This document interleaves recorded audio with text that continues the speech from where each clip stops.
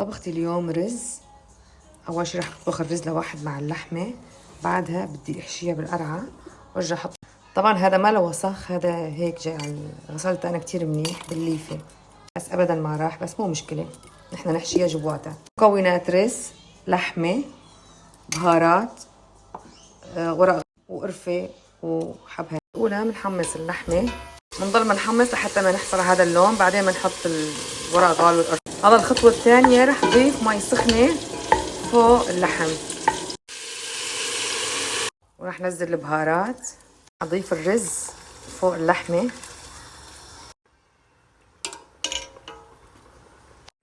هلا بنغطي على الطنجره لحتى ما يستوي الرز. صار الرز جاهز، وهذا عنا هون زبده وبهار. رح ادهن القرع من برا ومن جوا واحشيها رز. حشيت القرعاي وهلا بدي غطيها واحطها بالسلوفان، غطيها بالسلوفان.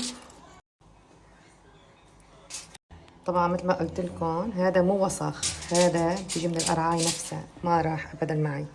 هلا رح اغطيها بالسلوفان منيح ورح احطها بالفرن. هيك صارت جاهزه معي. بدي احطها بالفرن بدرجه حراره 180. بدي احطها بنص الفرن لمده ساعه، ساعه وربع. صارت جاهزه يا عيني. ريحتها بتشهي. رح اقطعها.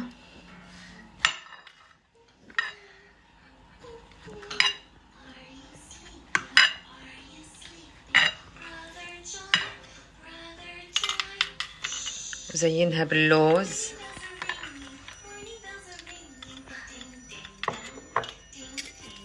وهذا الشكل النهائي. بتمنى يعجبكم وتشتركوا بالقناة. حنزل شغلات كتير حلوة عن طفلتي وبعض الأوقات عن طبخي. شكرا لكم.